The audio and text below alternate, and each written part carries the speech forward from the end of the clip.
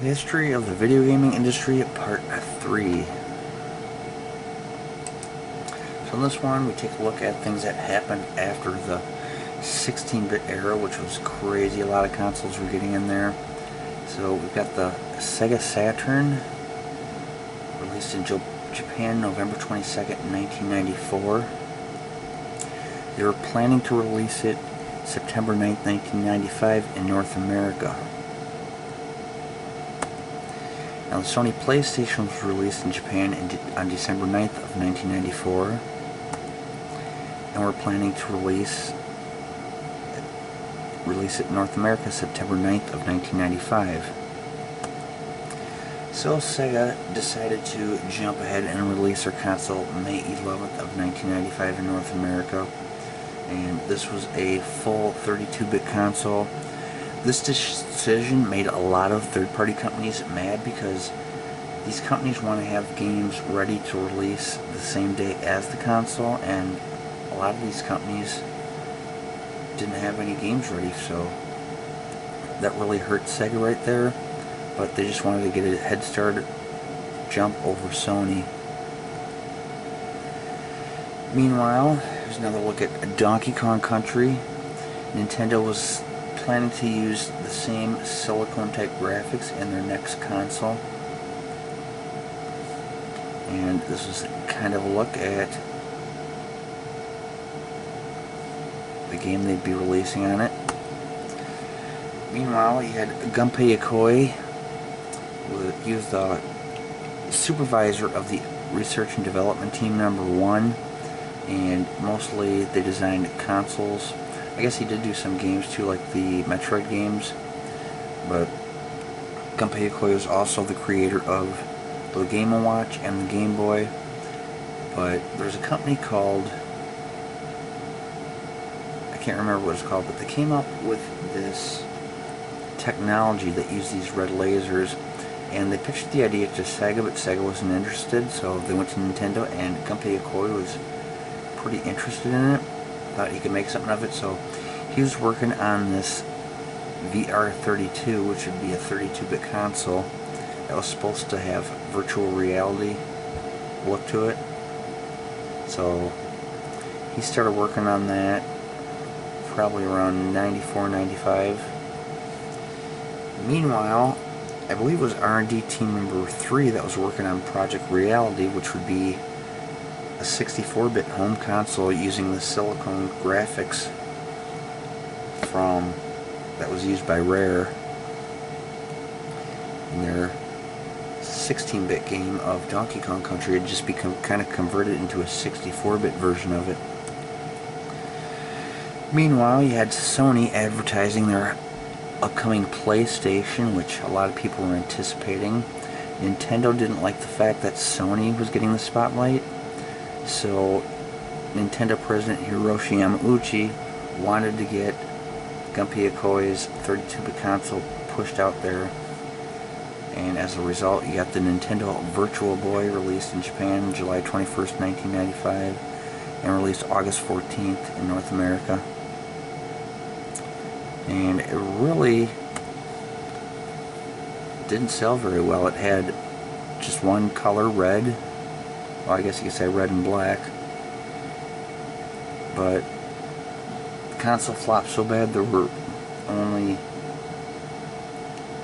I think, 11 games created in America, maybe 11 more in Japan. I'm not sure, but I've got a friend who has the Virtual Boy, and every game released, I'm not sure if he's got every game released in just America or every game released in both America and Japan. Then you got the Sony PlayStation, which was released September 9th, 1995, and it was a pretty big success. 32-bit CD games. Forgot to mention the Sega Saturn also played CD games, so pretty much almost everybody was going to CDs besides Nintendo. Even had the Atari Jaguar CD drive, released September 11th, 1995, but it flopped just as bad as the Atari Jaguar console. So this was Atari's last effort in making consoles And from what I heard, most of the Sega CD drives didn't even function. A lot of them are non-functional. And what's really crazy is many CD drives were turned into dentist equipment. Many of the unsold ones, they went and were able to use them for dentists, like this, whatever machine this is in a dentist office. I imagine you probably wouldn't find one today because the technology, like in dental equipment, is always changing, but I mean, it would be kind of cool to go back in 1993 or 94, and actually I guess it'd be 95 or 96, and see an Atari Jaguar CD console hanging on the wall. The Nintendo 64, Nintendo's 64-bit console, released in '96. And see, this is why Nintendo wanted the Virtual Boy released in '95, because they were working on a 64-bit console which would be superior graphically to the Sony PlayStation, but they didn't want Sony getting all that spotlight and selling consoles right away, so they thought maybe if they put the Virtual Boy out there that would help, but it really didn't. Nintendo 64, unlike their competitors, they used cartridges.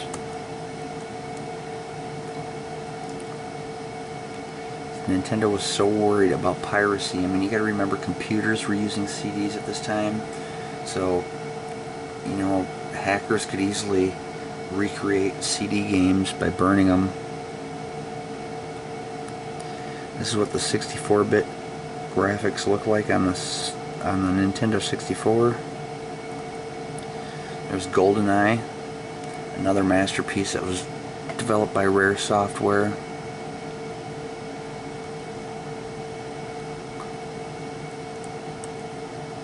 And Mario Kart 64, another very successful game.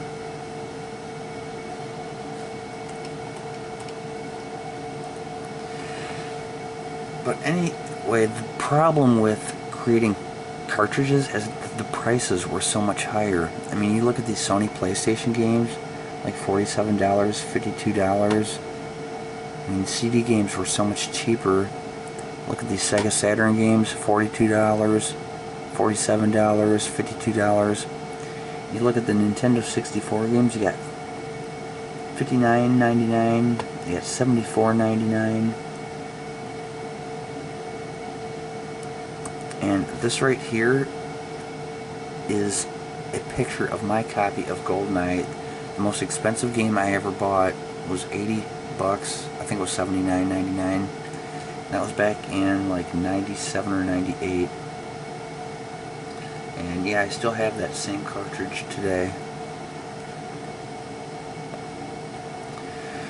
So you got the Sega Saturn sold only 9 million consoles. The Sony PlayStation sold 102 million.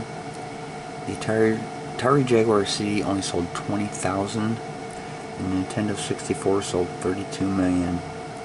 So Sony definitely dominated the 5th generation consoles, being the first home console to sell over 100,000.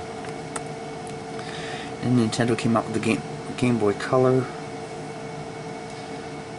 It was released October 21st, 1998 in Japan, and November 18th, 1998 in North America.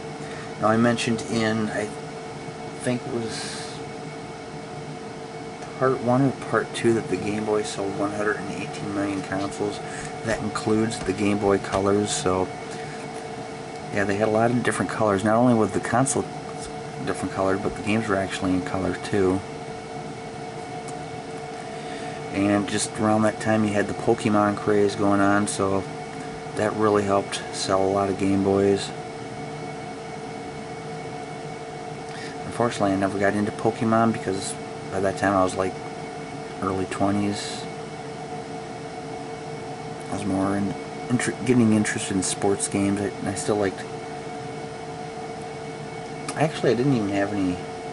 The only portable console I've ever owned in my life was the original Game Boy.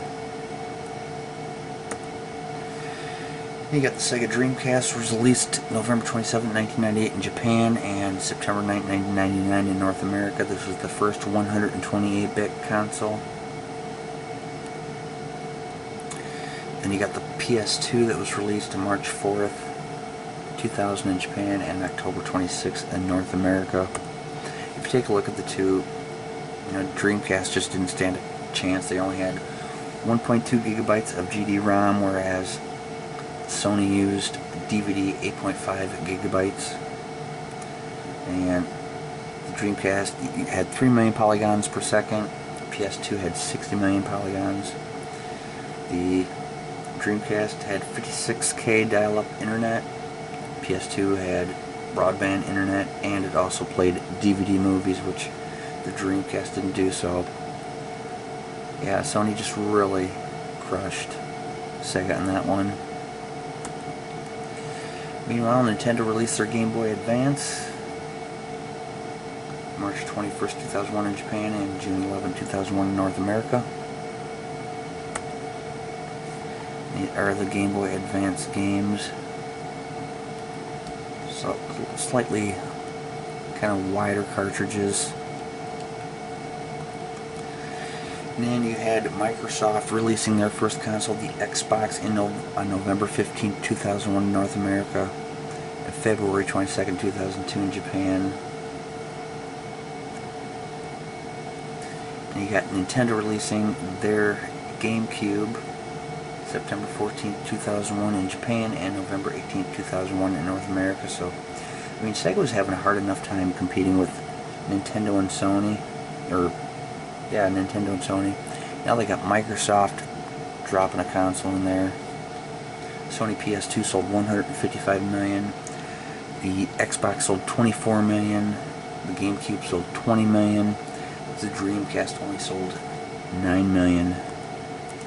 So by that point, Sega decided they're not making any more consoles. They're going to start doing third-party game development for Nintendo, Sony, and Microsoft. You got the Nintendo DS, which was released November 21st, 2004 in North America, December 2nd, 2004 in Japan. Sony PSP, released December 12th, 2004 in Japan and March 24th, 2005. So now Sony wants to get into the handheld. But the DS sold 154 million. PSP only sold 82 million.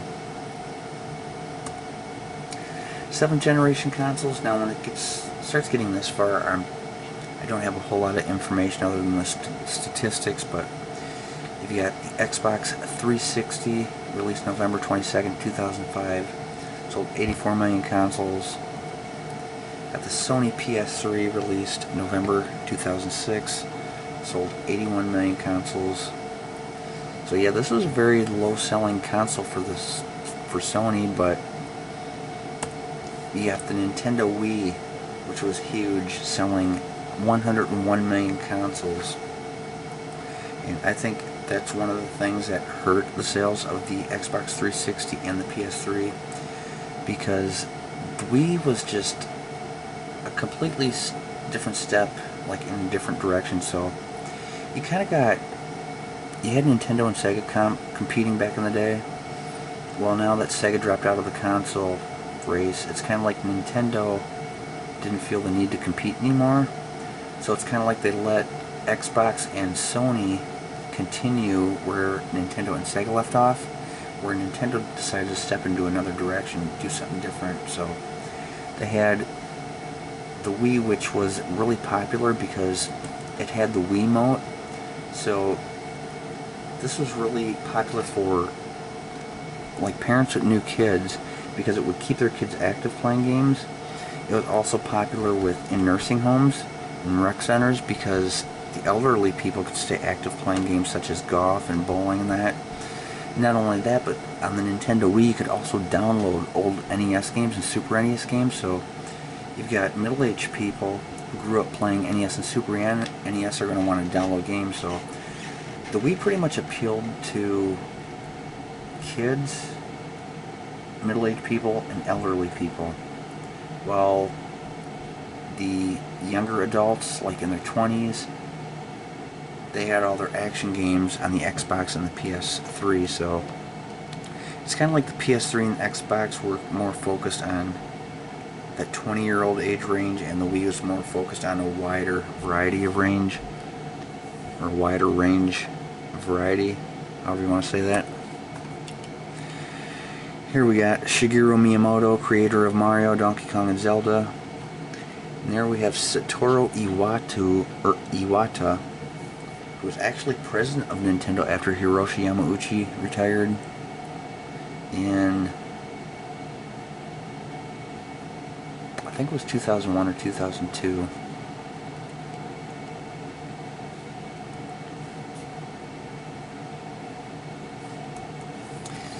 And in here we see Sega was making games on the Wii, the PS3, and the Xbox 360. Got Sonic games there. Nintendo came out with the 3DS, which sold 59 million consoles, released March 27, 2011. Got the Sony PS Vita, released February 15th, 2012, sold 13 million.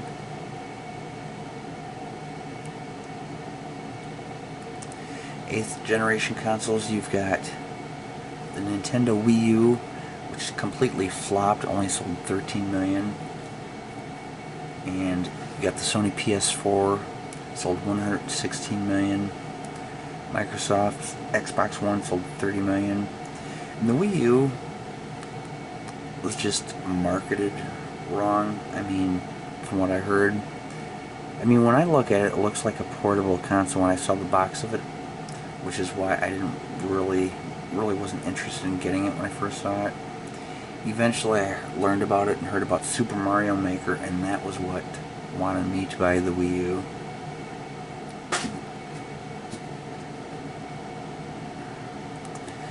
In ninth generation consoles, we got the Nintendo Switch, which sold 103 million consoles March 3rd, 2017. Released. Xbox Series XS, released November 10th, 2020, sold 12 million. We got the Sony PS5, released November 12th, 2020. So far sold 17 million, so those consoles are still selling right now. The numbers will probably keep rising, but yeah, when I'm talking about the video gaming industry, it seems like anything after, by the time Sega dropped out of the console race and then Microsoft jumped in there, it's just always lost interest for me. I'm really not that big of a fan on Xbox or Sony, because the way I feel that Atari, Sega, and Nintendo really earned their way into the video gaming industry. They really worked hard to get where they are. Sony and Microsoft were multi-billion-dollar companies before the video gaming industry, so they kind of bought their way in.